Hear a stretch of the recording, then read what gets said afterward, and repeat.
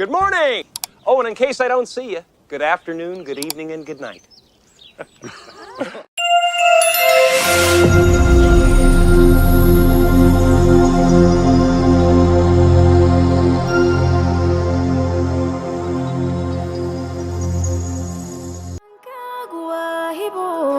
شرف كوجوها جوجاني عيدا ذوا هذن أدكوها قبش.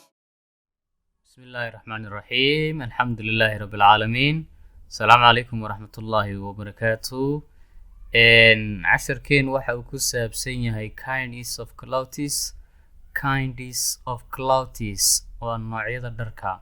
Kindness of clothes waa noocyada dharka. Shirt waa shaartiga ama shaarka. Shirt waa shaartiga ama shaarka. Trouser or pant. Trouser or pant waa surwaalka. Blues waa shaarka dumarka. Waa shaarka dumarka. T-shirt waa garan. Dress waa toobka. Jeans waa jeaniska, surwaalka jeaniska ayaa loo yaqaana jeans. Scarf waa cumaamada xaragada ee qoorta la sudho. Cap waa koofiyada. Hat waxaa loo yaqaanaa ta goobada oo kale u samaysan. Cap waa ta dhalinyarta oo kale, waa tan food dheerta. Sweater oo chamber labaduba waa funaanad.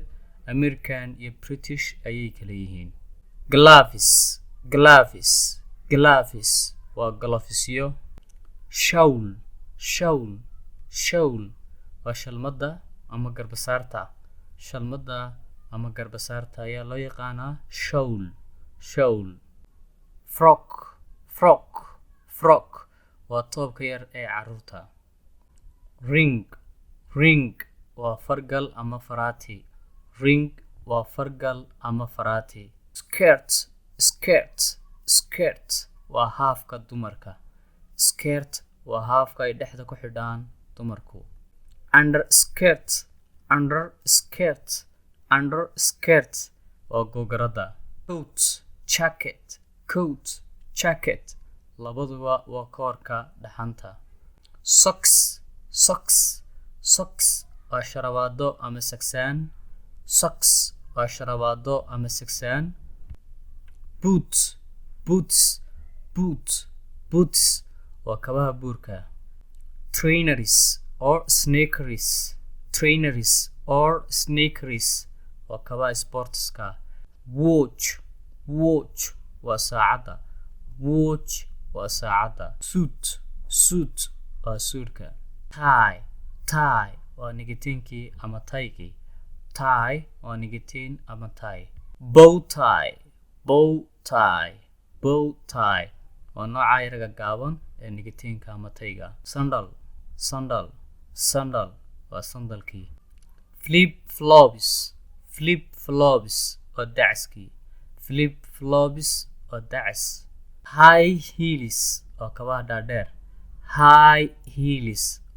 dhaadheer. Towel waa shukumaankii ama tuwaalkii. Waa shukumaan ama tuwaal. Belt waa suunka. qaybtii u horeysay halkaas ayay noogu dhamaatay. La socod wanaagsan qaybta ka xigta insha Allah.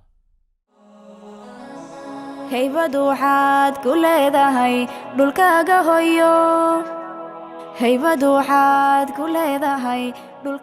hooyo.